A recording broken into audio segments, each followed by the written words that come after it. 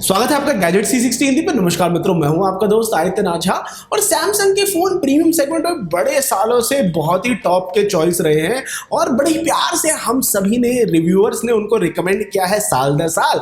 पर पिछले कुछ सालों में जैसे जैसे चाइनीज स्मार्टफोन्स एंट्री मारते गए हैं, ये जो रिकमेंडेशन है ये मुश्किल होता गया है। अब भाई वन प्लस जो है वो प्रीमियम स्पेस में आया पास्ट में अपने कुछ फ्लैगशिप लॉन्चेस के साथ, Xiaomi और Vivo के साथ। अब ये सारे के सारे ब्रांड आज की डेट में बड़े ही कॉम्पिटिटिव प्रोडक्ट देते हैं जो कि शायद से टक्कर दे रहे हैं या फिर बराबरी तक कर रहे हैं उन फीचर्स और स्पेसिफिकेशंस की जो कि सैमसंग की गैलेक्सी S सीरीज के फोन्स देते हैं उनको।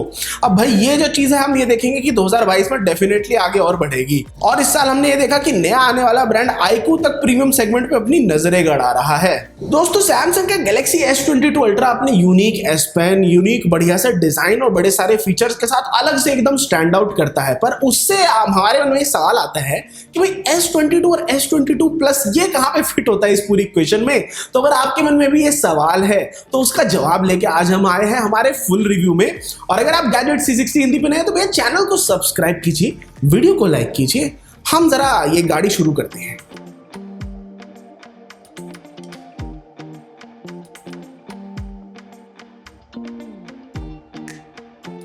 तो यार हमारे पास सैमसंग का गैलेक्सी S22 आया फैंटम व्हाइट रंग में और गैलेक्सी S22 प्लस आया फैंटम ब्लैक रंग में। दोनों ही फोन के अंदर एकदम एक जैसे डिजाइन एलिमेंट्स हैं और सिर्फ साइज का फर्क है। यहाँ पे गैलेक्सी S22 और S22 प्लस दोनों में ही back panel Gorilla Glass Victus plus से बना हुआ है। और अगर उसको कंपेयर किया जाए पिछले साल के गैलेक्सी S21 से, उसमें तो प्लास्टिक रियर पैनल था भाई। दोनों मॉडल के डिस्प्ले में एक जैसी स्क्रैच प्रोटेक्शन भी दे रखी है। जो नई गैलेक्सी S सीरीज के फोन्स हैं ये पिछले साल के लास्ट ईयर के राउंडेड डिजाइन से चेंज हो चुके हैं। इस बार ज्यादा चिजल्ड और पॉलिश्ड लुक है और फ्लैट साइड्स हैं, ग्लास दे रखा है बैक पे, फ्रंट पे, और दोनों स्मार्टफोन के पॉलिश्ड एल्यूमिनियम फ्रेम दे रखे हैं। जो रियर कैमरा मॉड्यूल है दोनों ही फोन को थोड़ा सा प्रोट्रूड करता है थोड़े से मिलीमीटर से, और अगर आप इसको फ्लैट सरफेस पे रख के इस्तेमाल करने की कोशिश करेंगे तो वॉबल थोड़ा सा करेगा।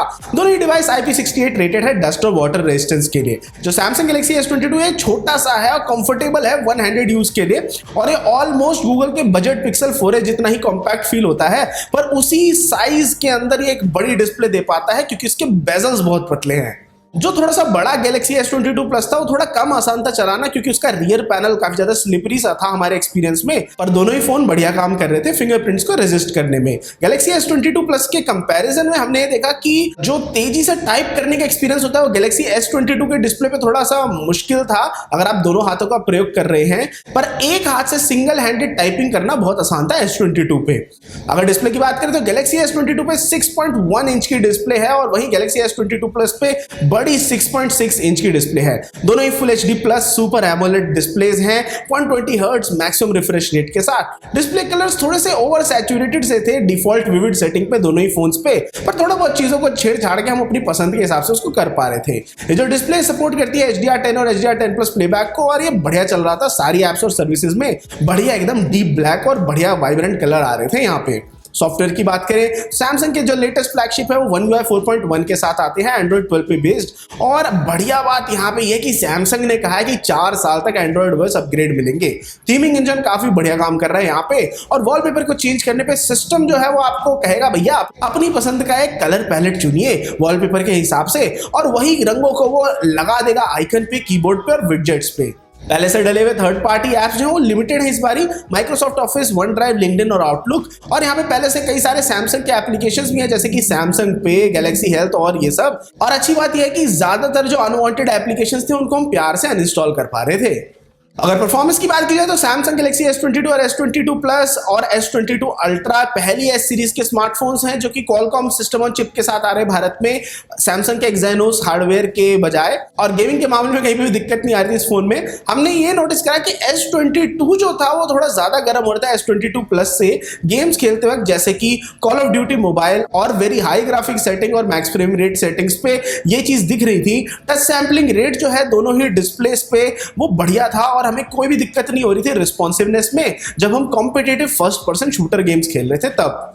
हमने एक और चीज नोटिस करी कि दोनों ही स्मार्टफोन काफी हद तक गर्म हो रहे थे जब हम कैमरा ऐप को चला रहे थे, भले ही हम फोटो शूट कर रहे हो या वीडियो शूट कर रहे हो, और ये दोनों ही फोन्स में देखने को मिल रहा था, चाहे दिन हो चाहे रात हो। सैमसंग गैलेक्सी S22 और S22 प्लस में एक जैसे ही कैमरा सेटअप दे रखे हैं, दोनों के अंदर ही 50 मेगापिक्सल का प्राइमरी कैमरा है PDF और OIS के साथ। यहाँ पे एक 10 मेगापिक्सल का टेलीफोटो कैमरा है 3x ऑप्टिकल जूम और OIS के साथ। एक 12 मेगापिक्सल का अल्ट्रा वाइड एंगल कैमरा है यहाँ पे 120 डिग्री फील्ड ऑफ व्यू के साथ। एक 10 मेगापिक्सल का कैमरा है PDF के साथ फ्रंट पे, जो कि सेल्फीज के लिए है।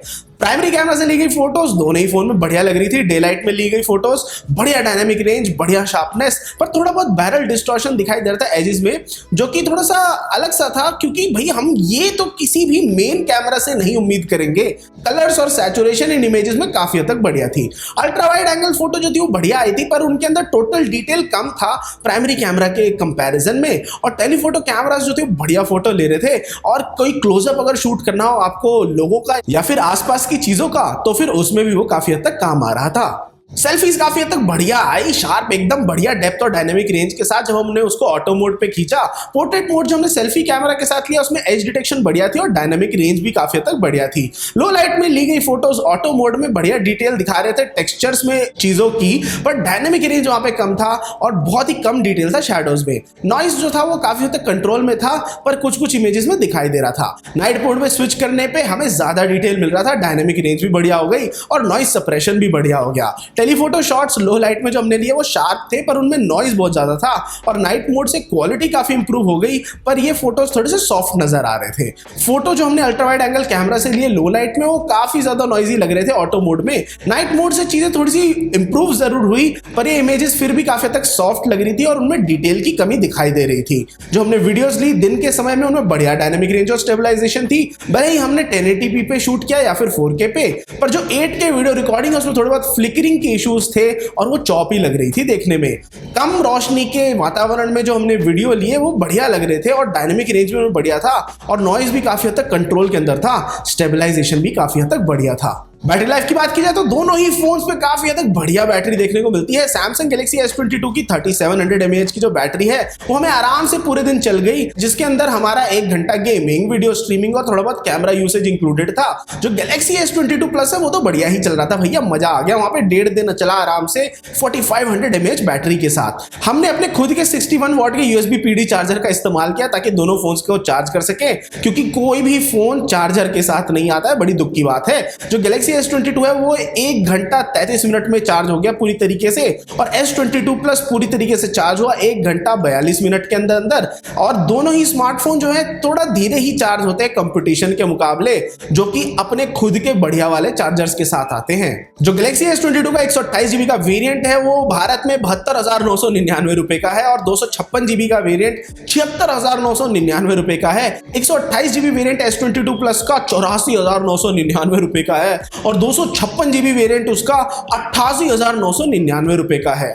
भैया प्रीमियम सेगमेंट में इतने कंपटीशन के बावजूद मुझे पर्सनली ऐसा लगता है कि सैमसंग का Galaxy S22 premium compact flagship के तौर पे शायद से सबसे बेहतरीन फोन्स में से है भारत में। S22 प्लस के साथ चीजें जो हैं उतनी बढ़िया नहीं है या क्लियर कट नहीं है, वहां पे थोड़ा मुश्किल हो जाता है उसके ज्यादा दाम को जस्टिफाई करना, क्योंकि थोड़ी सी ज्यादा बैटरी और डिस्प्ले मिल रही है वहां पे।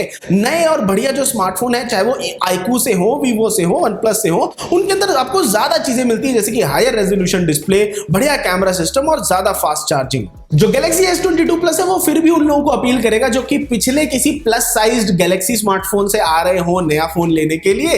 तो दोस्तों यही था हमारे गैलेक्सी S22 और S22 प्लस के रिव्यू वीडियो के लिए। आपको ये फोन कैसे लगे हमको बताओ भाई कमेंट सेक्शन में, और क्या आपको इनके फोन के परचेज में कहीं पे कोई दिक्कत आ रही है, या आपको दिल किसी और फोन पे आ रहा है, या आपको कुछ कंपैरिजन देखना है, तो उसके लिए भी कमेंट कर सकते हैं। और मैं आपसे मिलता हूं अगली वीडियो में।